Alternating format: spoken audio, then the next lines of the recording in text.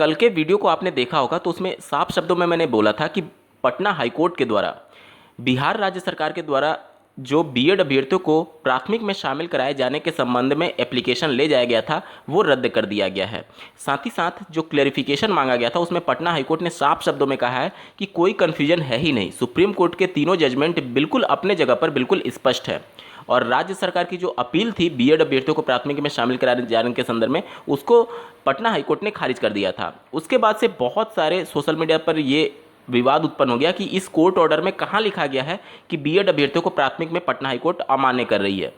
वो सब कुछ मैंने आपको बताया था कि उसमें बाइंडिंग वर्ड लिखा हुआ है जो कि R1 के संबंध में लिखा है। 11 अगस्त के फैसले को राज्य सरकार मानने के लिए बाध्य है। कोर्ट का जजमेंट जो होता है उसके एक एक वर्ड बहुत महत्वपूर्ण होते हैं। उसमें ऐसा थोड़ी लिखेगा कि राज्य सरकार शामिल नहीं कर सकती या फिर नहीं कर सकती या फिर कर सकती है। बाइंडिंग वर्ड जो लिख दिया उसी से पूरा डिफाइन हो जाता है कि 11 अगस्त के फैसले को राज्य सरकार इग्नोर नहीं कर सकती, उसके बियॉन्ड जाकर के भर्ती कंप्लीट नहीं कर सकती। जबकि सोशल मीडिया साइट्स पर कुछ और ही चीज़ चल रही थी। आज के न्यूज़पेपर में कुछ आर्टिकल प्रकाशित हुए जिससे आपको स्पष्ट हो जाएगा कि राज्य सरकार का स्टैंड अभी क्या है। स्क्रीन पर आप देख पा रहे होंगे। यहाँ पर अगर आप यहाँ पर मैं आपको पढ़ाना चाहूँ, देखिए 22 सितंबर को पटना हाईकोर्ट के चीफ जस्टिस के विनोद चंदन और जस्टिस पार्थ सारथी की बेंच ने बिहार सरकार की दलील को खारिज कर दिया और कहा कि सुप्रीम कोर्ट का फैसला बिहार में भी लागू होगा। मैंने आपको जो बाइंडिंग वर्ड बताया था इसका मतलब यही था कि जो सुप्रीम कोर्ट ने फैसला दिया है उससे बियॉन्ड जाकर के राज्य सरकार भर्ती नहीं कर सकती। साथ ही साथ एक और डेडिकेटेड वीडियो में मैंने ये भी बताया था कि केवल क्लेरिफिकेशन अगर उद्देश्य होता राज्य सरकार का तो वो तो पटना हाईकोर्ट दे चुकी थी।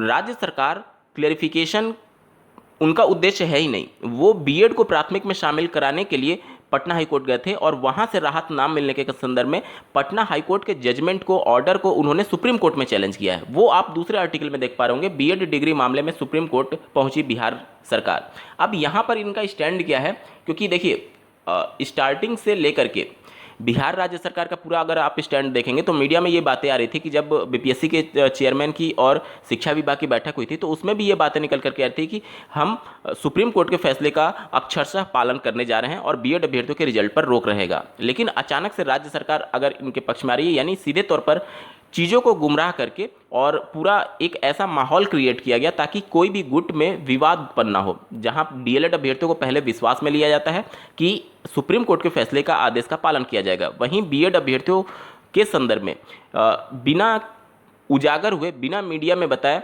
ये पटना हाईकोर्ट चले जाते हैं। उसके बाद से वहां से जब फैसला आता है और जब सुप्रीम कोर्ट में एसएलपी दायर कर दी जाती है उसके 3 दिन बाद पूरे सोशल मीडिया साइट्स पर और राज्य सरकार के अभ्यर्थियों को पता चलता है कि राज्य सरकार ने पटना हाईकोर्ट में याचिका दाखिल की थी जिसमें वो हार गई है और अब इस मामले को लेकर के सुप्रीम कोर्ट में जा रही है। तो कभी भी क्लेरिफिकेशन उद्देश्य था ही नहीं। क्लेरिफिकेशन के आड़ में बीएड अभ्यर्थियों को प्राथमिक में शामिल करने के संदर्भ में राज्य सरकार सुप्रीम कोर्ट गई हुई है। अब एक बार इस जल्दी आर्टिकल को पढ़ेंगे तो आपको पूरा और खेल समझ में आएगा। देखिए, बीएड डिग्रीधारियों को प्राथमिक शिक्षक के योग्य नहीं मानने के फैसले के खिलाफ राज्य सरकार सुप्रीम कोर्ट गई है। राज्य सरकार द्वारा एसएलपी दायर की गई है। सरकार की दलील है कि सुप्रीम कोर्ट के फैसले से पहले बिहार में शिक्षकों की नियुक्ति प्रक्रिया शुरू हो गई थी। इस बाबत महाधिवक्ता श्री पीके शाही ने बताया कि बीएड डिग्रीधारियों को प्राथमिक शिक्षक नियुक्ति में योग्य नहीं मानने का फैसला 11 अगस्त को आया था। इससे पहले बीपीएससी ने नियुक्ति का विज्ञापन जारी कर दिया था। प्राथमिक शिक्षक नियुक्ति में 3,76,000 आवेदक बीएड डिग्रीधारी हैं। इसलिए उच्चतम न्यायालय से आग्रह है कि इस नियुक्ति में बीएड डिग्री धारकों को मौका देने की अनुमति प्रदान करें। आगे की बहाली में इन्हें प्राथमिक शिक्षक नियुक्ति में योग्य नहीं माना जाएगा। तो जो राज्य सरकार जिस बेस पर सुप्रीम कोर्ट गई हुई है वो यही है कि चूंकि 11 अगस्त को फैसला आता है और इनका जो नोटिफिकेशन था वो 30 मई 2023 को जारी कर दिया गया था बीपीएससी के माध्यम से। तो चूंकि नोटिफिकेशन पहले का है और उस समय तक माननीय सुप्रीम कोर्ट के जजमेंट के आधार पर कि जब तक कोई कोर्ट अनकॉन्स्टिट्यूशनल नहीं करा देती थी तब तक ये लीगल पोजीशन में रखता है। इस सभी पॉइंट्स को लेकर के राज्य सरकार सुप्रीम कोर्ट गई हुई है कि बीएड अभ्यर्थियों को इस शिक्षक भर्ती में पात्र माना जाए। अब आगे का ग्राउंड क्या होगा, सुप्रीम कोर्ट में जब इस मामले को लेकर के बहस चल रही होगी तो आगे किन मुद्दों पर चर्चा होगी, इसके बारे में आइए एनालिसिस करते हैं। सुप्रीम कोर्ट में जैसा कि आपको ज्ञात होगा कि जो 11 अगस्त को जजमेंट दिया गया है उसमें अगर आप देखेंगे तो सुप्रीम कोर्ट में 6th फेज की भर्ती की वहां पर जिक्र किया गया है जिसकी याचिका संख्या 137 ऑफ 2022 है। जो कि याचिका श्री धनंजय जी के द्वारा दायर किया गया था। उसमें उन्होंने 6वें चरण में जो बीएड अभ्यर्थियों की शिक्षक भर्ती है और जो एनसीटी का 28 जून 2018 का गजट नोटिफिकेशन है, राज्य सरकार को उन्होंने पार्टी बनाते हुए सुप्रीम कोर्ट का दरवाजा खटखटाया था और ये मामला टैग हो गया था जो श्री देवेश शर्मा जी की याचिका है उससे, जिसमें सुप्रीम कोर्ट ने 11 अगस्त के फैसले में साफ शब्दों में मेंशन किया गया है कि जितने भी रीट पिटीशन हैं, जो भी पेंडिंग्स हैं, वो ऊपर दिए गए फैसले के आलोक में कंप्लीट कराए जाते हैं। यानी कि उस वाली भर्ती में भी कहीं ना कहीं सुप्रीम कोर्ट ने बीएड अभ्यर्थियों को अपात्र घोषित कर दिया था। इसका मतलब ये हुआ कि राज्य सरकार को ये पता है कि इस प्रकार का जजमेंट आ चुका है, क्योंकि वहां पर राज्य सरकार पार्टी थी। मैं 11 अगस्त वाले फैसले की बात कर रहा हूं, एनसीटी उसमें पार्टी थी, तो ये सभी चीजें राज्य सरकार को पहले से अवगत है कि इस प्रकार का फैसला आया हुआ है 11 अगस्त वाला। ठीक है, इससे पहले आपको ये भी समझना बेहद जरूरी है कि सुप्रीम कोर्ट अपने फैसले में खुद कह रही है कि जब कोई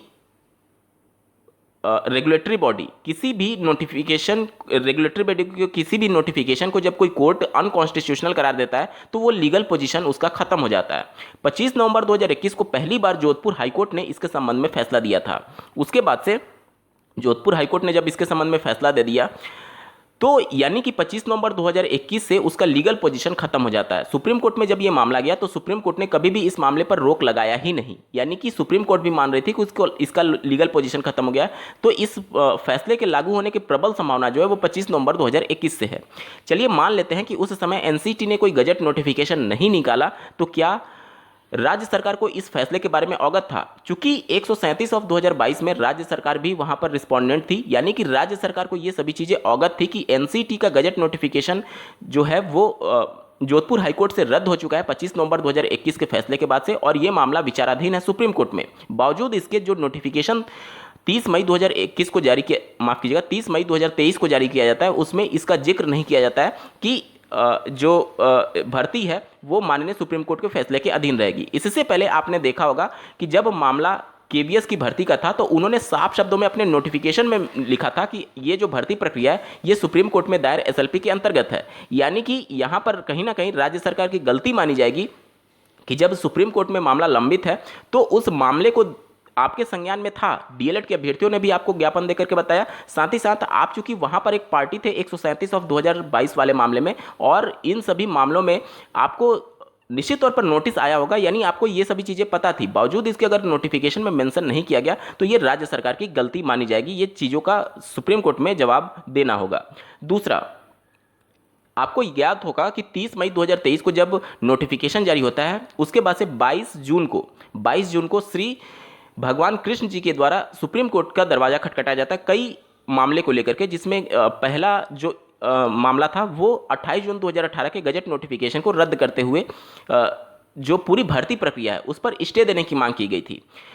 उनके काफ़ी प्रेयर को रिजेक्ट कर दिया था सुप्रीम कोर्ट ने। सिर्फ पहले वाले प्रेयर को, जिसमें 28 जून 2018 के गजट नोटिफिकेशन को चैलेंज किया गया था, उसको माननीय सुप्रीम कोर्ट ने एक्सेप्ट करते हुए 3 जज के बेंच, जिसमें से एक जज वही हैं जो कि 11 अगस्त के फैसले में थे, तो उनके द्वारा सुप्रीम कोर्ट में यह कहा जाता है कि चूंकि यहाँ पर जो श्री भगवान कृष्ण जी की याचिका है उसमें बिहार राज्य सरकार को उन्होंने पार्टी नहीं बनाया था, लेकिन उन्होंने बिहार राज्य सरकार से ये कहा कि मैं मतलब सुप्रीम कोर्ट ये उम्मीद करती है कि 11 अगस्त के फैसले के आलोक में जो पूरी भर्ती प्रक्रिया है वो कंप्लीट कराई जाए।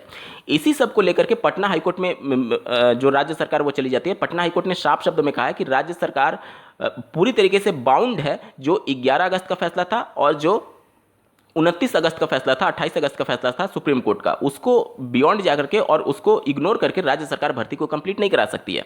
यानी कि पटना हाईकोर्ट से लेकर के सुप्रीम कोर्ट सभी लोग यही मान रहे हैं कि बिहार में जो शिक्षक भर्ती चल रही है उसमें बीएड अभ्यर्थियों को पात्र नहीं माना जा सकता है। अब राज्य सरकार चूंकि फिर सुप्रीम कोर्ट में गई है तो यही सब मामला फिर से उठेगा कि ये भर्ती तो ऑलरेडी चैलेंज थी श्री भगवान कृष्ण जी की याचिका में, जिसमें सुप्रीम कोर्ट ने स्पेशली बोला हुआ है कि राज्य सरकार चूंकि यहां पर पार्टी नहीं थी लेकिन उनको इस भर्ती में बीएड अभ्यर्थियों को पात्र नहीं माना जाएगा, ऐसा उम्मीद करती है सुप्रीम कोर्ट। तो अब देखना होगा कि सुप्रीम कोर्ट में जिस याचिका को लेकर के फिर से बिहार राज्य सरकार गई है उसमें सुप्रीम कोर्ट के जो पहले से 2 जजमेंट हैं उसको किस प्रकार से सुप्रीम कोर्ट लेती है। और चूंकि राज्य सरकार ये कह रही है कि ये भर्ती का नोटिफिकेशन 11 अगस्त के फैसले के पहले आ गया था, उससे पहले 25 नवंबर 2021 का जो जोधपुर हाईकोर्ट का जजमेंट था जिसमें सुप्रीम कोर्ट में जब उसको चैलेंज किया गया तो उसमें जो बिहार से एक याचिका गई थी 137/2022, उसमें बिहार सरकार पार्टी थी। यानी राज्य सरकार को इन सभी बातों के बारे में अवगत था कि 25 नवंबर को वो वाला जो नोटिफिकेशन है वो क्वैश हो चुका है। बावजूद इसके नोटिफिकेशन में बातों को मेंशन ना करना, सुप्रीम कोर्ट में याचिका दायर थी, इसको केवीएस ने मेंशन किया, बिहार राज्य सरकार ने मेंशन नहीं किया। तो ये किसकी गलती मानी जाएगी, ये सुप्रीम कोर्ट में चर्चा का विषय होगा। इस वीडियो को देखने के लिए आपका बहुत बहुत धन्यवाद। भगवान करे आपका दिन शुभ हो।